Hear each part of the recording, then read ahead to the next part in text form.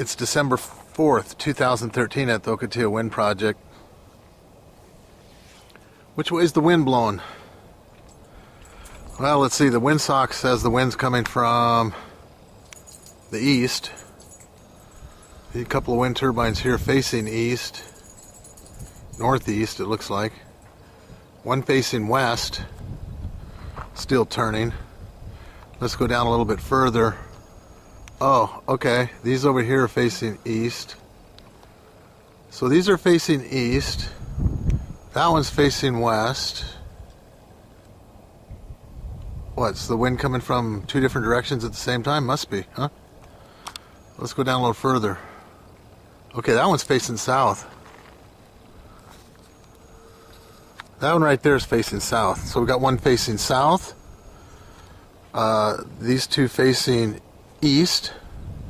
We got one facing west. And two others facing east. Okay, let's go out a little further. Let's go around over here. What do we got over here? Oh, these are facing southwest.